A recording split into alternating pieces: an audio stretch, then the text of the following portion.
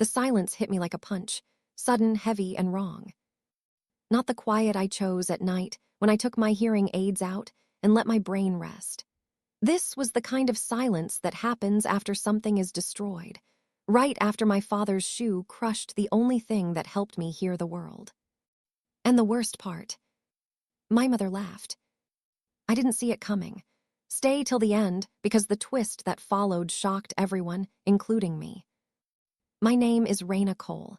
I'm 26, hard of hearing since I was 12, and I was 2 weeks away from presenting my graduate research in neuroacoustic engineering. That night, I was in my bedroom running simulations on my laptop, numbers, sound wave patterns, a whole world I could control. I had my hearing aids in, volume set carefully, and soft instrumental music playing, just enough to focus. Then faintly, I caught movement downstairs. A door, a voice, my brother Caleb. I didn't respond, because I didn't hear him clearly. Caleb called again, apparently 3 times according to him. But I was staring at my screen, lost in work, and the words didn't reach my brain as words. They were just muffled shapes. Then my door flew open, so hard it hit the wall. Caleb stood there with that look he always had, panic mixed with entitlement, like the whole world owed him immediate service. He was holding papers. His personal statement. The same essay he'd been working on for a month, while spending nights playing online games and sleeping through mornings. His lips moved fast. I caught pieces. You're ignoring me. Mom said you'd help. It's due. I pointed to my ears and shook my head. I tried to say slowly, I didn't hear you. Caleb's face tightened like I'd insulted him. And that's when he did it. He reached across my desk and snapped my laptop shut. Hard. I startled, my hands flying up. My hearing aids squealed with feedback for a second, high, sharp, painful, and then the sound cut as he grabbed my arm. He yanked me halfway out of my chair, shouting words I could only read in fragments. Selfish. Always about you. You make everything difficult. But that wasn't the worst part. Because the next thing I saw was my father, Ross, stepping into the doorway behind him. My mother, Diane, right beside him, arms crossed like a judge who already decided the verdict. I could tell from their faces, they weren't here to ask what happened. They were here to punish me. My dad's lips formed one clear sentence. Why are you ignoring your brother? I tried to explain. I pointed again. I spoke slower, clearer. I can't always hear. I was working. I didn't know he was calling. My mom rolled her eyes so dramatically, I almost laughed, except nothing about this felt funny. Her mouth shaped the words I'd seen too many times. You hear when it's convenient. Caleb smirked like he'd won something. My dad stepped closer, towering over my desk. He leaned down, eyes narrowed, and before I could react, his hands shot up to my ears. He ripped my hearing aids out. Not gently, not carefully, like pulling weeds. Pain flashed through my ear canal, and my skin burned where the mold had been sitting snugly. I reached for them instinctively. Dad, stop, those are. But he had already thrown them to the floor. I watched in slow motion as the tiny devices hit the carpet, bounced once, and landed near his shoe. I mouthed, please. And then Ross lifted his foot. One step. A hard stomp. The crack wasn't something I heard. It was something I felt, like the vibration traveled up through the floor and into my bones. My world, what little access I had to sound, shattered under rubber and anger. My mom bent down, picked up a broken piece, and held it between 2 fingers like it was trash. Then she laughed. Look, she said, voice loud enough that even without aids I caught a dull version of it. Selective hearing cured. Caleb laughed too. And in that moment, I understood something I had tried not to admit for years. They didn't think my hearing loss was real. Or worse, they didn't care.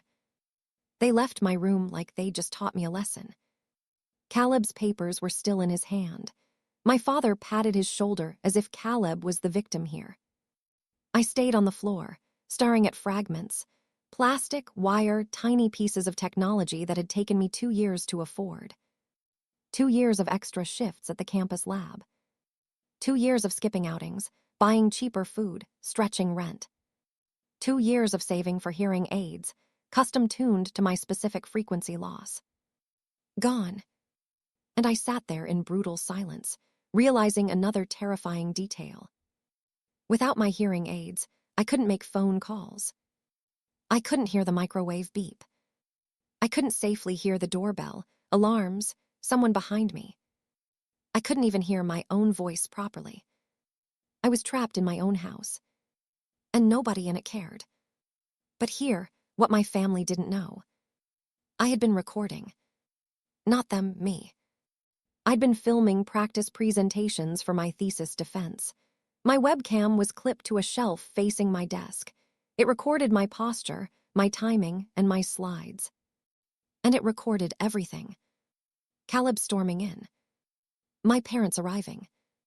My father ripping the hearing aids out. The stomp. My mother laughing.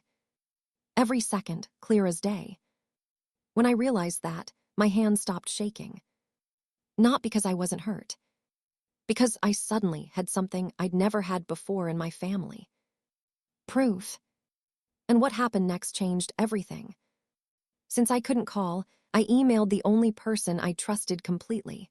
My advisor, Dr. Sahana Patel. I kept it simple. Emergency.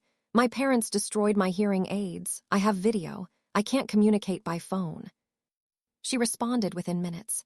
I'm coming. Do not engage. Stay in your room. I'm bringing help. An hour later, I felt vibrations through the floor. Footsteps, multiple people.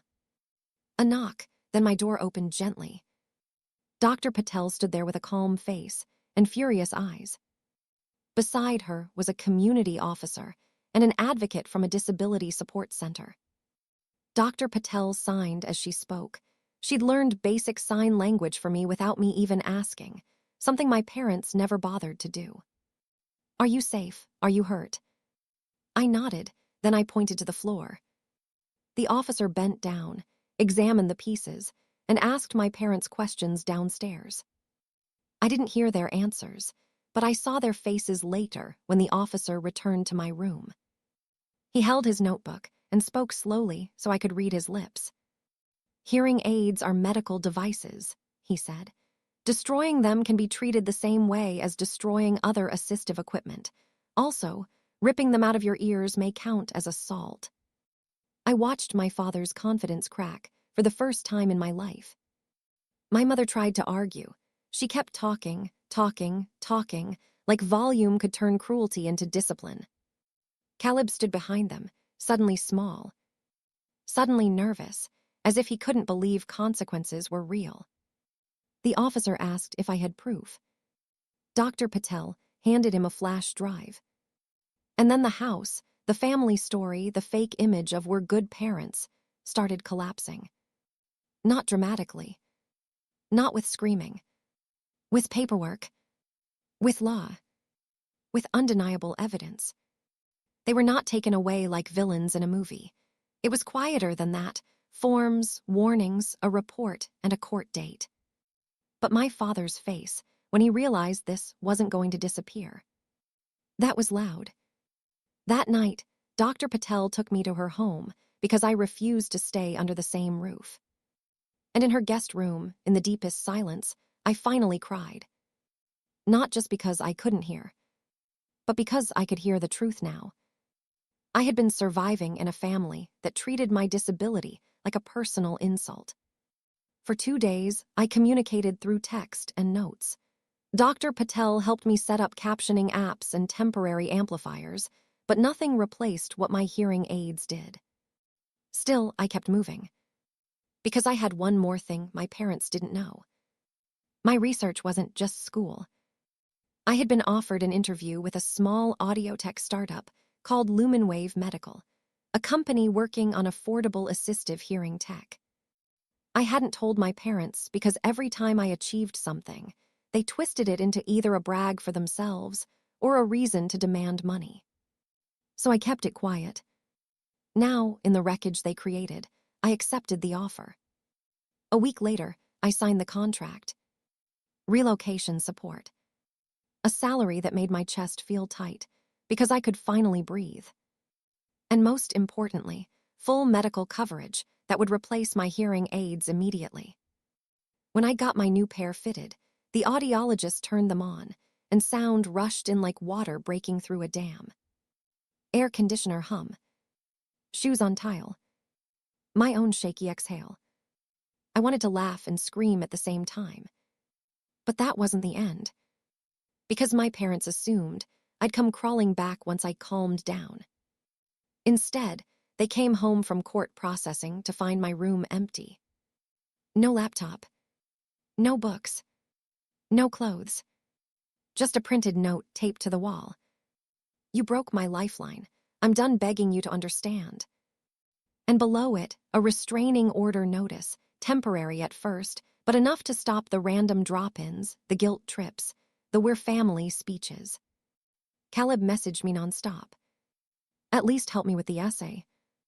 I didn't mean it. Tell them you exaggerated. I stared at the screen for a long time before typing one sentence. I can't hear your apologies over the sound of you laughing. Then I muted him. The court case moved quickly because the evidence was clean. Video. Medical documentation of my hearing loss. Receipts proving I paid for my hearing aids myself. Emails where I begged them for basic accommodations, like tapping my shoulder before speaking, facing me when talking, not yelling from another room. And their responses. Stop being dramatic. Try harder. You're not that deaf.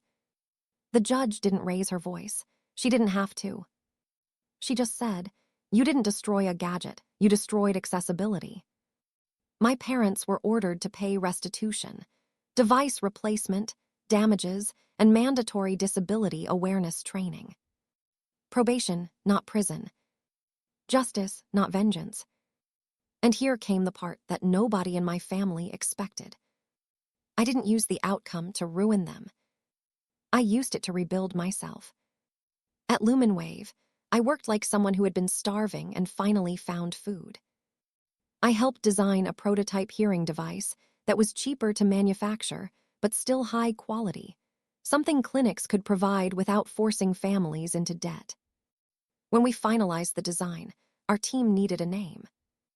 People suggested fancy, corporate names. I suggested something simple. Second Sound. Because that's what it felt like, getting a second chance at connection. The launch included a community fitting event for teens and children who couldn't afford advanced hearing support. Rows of families showed up. Kids twisting in chairs, nervous. Parents holding paperwork, hopeful and exhausted. And when the first little girl heard her mother clearly, her eyes widened like she'd discovered a hidden world. She whispered, "I can hear you." Her mother started crying. In that moment, I understood my real revenge wasn't a courtroom win. It was turning my pain into access for someone else. Of course, my parents saw the news segment. Of course, they tried to contact me. My mother wrote a long email about forgiveness and moving on. My father wrote 3 sentences. "We're proud of you. We always believed in you. Call us." But the twist, the part that still makes me pause, was Caleb. He showed up at the event. Not inside. Security stopped him at the entrance because he wasn't on the guest list. He stood outside the glass doors, watching families walk in. Watching kids get fitted with devices he once watched get crushed. His face wasn't angry. It was empty. Like he finally realized that while he was demanding essays and attention, I was building a life without him. Later that night, he texted, "I guess you really don't need us." I replied, "I never needed cruelty. I needed respect." Then I blocked him. A year passed. Then 2. My parents paid restitution slowly, selling things they once bragged about, taking second jobs, learning, too late, that disabilities don't disappear when you insult them. I moved to a different city. I mentored deaf students entering STEM fields. I gave talks about accessibility and family neglect, the kind of neglect that doesn't leave bruises, but leaves people stranded in silence. On my office shelf, I keep a tiny shadow box. Inside are fragments of my old hearing aids. Not because I miss them, because I remember the moment I stopped shrinking. A small plaque under it reads, "They tried to silence me. I built something louder." Here, what I learned. Some people only respect your boundaries when the law forces them to. Some families don't deserve unlimited access to you just because you share blood. And sometimes, the smartest revenge isn't destruction. It's growth. It's becoming proof that you were never the problem.